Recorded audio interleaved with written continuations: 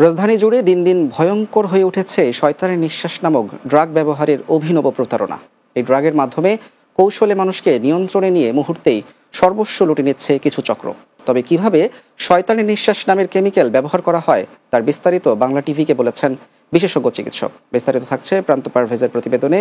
ছবি তুলেছেন হাসান আহমেদ। দেশে প্রতিনিয়ত নিত্য নতুন কৌশল অবলম্বন করে বাড়ছে চুরি ও ছিনতাইয়ের ঘটনা।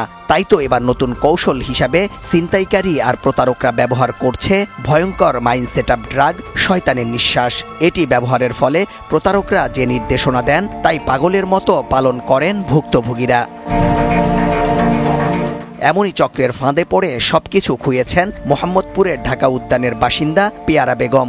এনজিও কর্মী পরিচয়ে ঘরে ঢুকে এক নারী কথার ছলে একটি কাগজ পড়তে দেন তাকে। কাগজটি দেখে মুহূর্তেই ভুলে যান সবকিছু।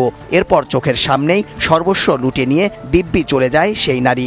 এমনই দৃশ্য দেখা যায় সিসিটিভির ফুটেজে।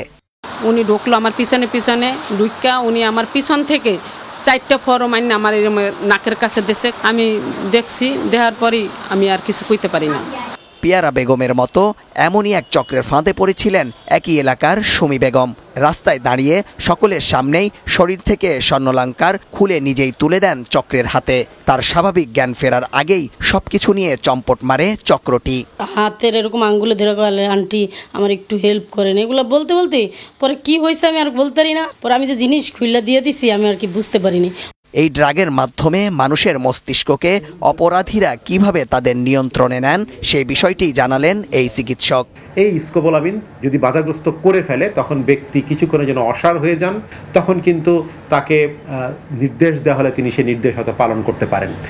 এসব অপরাধ নির্মূলে আইনশৃঙ্খলা বাহিনীকে আরও কঠোর হওয়া প্রয়োজন বলে মনে করছেন সমাজ ও অপরাধ বিশ্লেষকরা। কখনো কখনো আইনশৃঙ্খলা বাহিনী বা রাষ্ট্রকে কোনো অপরাধী অথবা বিশৃঙ্খলাকারীর উপরে চূড়ান্ত রকমের নিষ্ঠুর হতে হয়। এ ধরনের প্রতারকদের আইনের আওতায় আনতে প্রশাসন তৎপর রয়েছে বলে জানান পুলিশের এই ঊর্ধ্বতন কর্মকর্তা। এই ক্ষেত্রে পুলিশের যে নিয়মিত অভিযানের পাশাপাশি আমরা বলবো জনগণকে একটু সচেতন হওয়ার জন্য। অপরাধীদের সকল কৌশল ব্যর্থ করে আইন থাকুক সবার ঊর্ধ্বে।